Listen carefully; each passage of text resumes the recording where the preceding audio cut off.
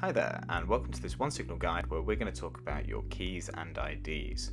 In this video we're going to cover the app ID and the organization ID, where these are found and what they're used for, as well as how to find your REST API key and User Auth Key, both of which are used when utilizing our API. Your OneSignal app ID is the main identifier we use to differentiate your app from all other OneSignal apps. You'll use this in your SDK initialization codes and API calls. The app ID should not be treated as private. The easiest way to find your app ID is by logging into OneSignal, going to Settings, then Keys and IDs, and then you'll see on the page there your OneSignal app ID. You can click this icon here to copy that straight to your clipboard. You'll also be able to see here that in the URL when logged into your app, the app ID will be part of the URL after where it says Apps. The app ID will be visible in the URL on any page of the OneSignal app whilst you're logged in.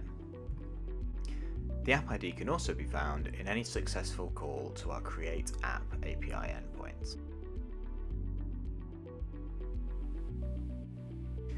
Your organization ID relates to your OneSignal organization, which is a container that helps manage multiple OneSignal apps.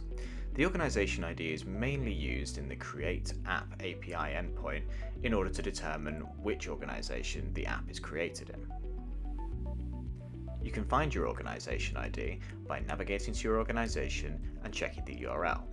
The ID will be after the word organizations, not including the forward slashes. The REST API key is unique per OneSignal app. You should never share this key or display it anywhere publicly, as it is used as the authorization key for most of our API endpoints.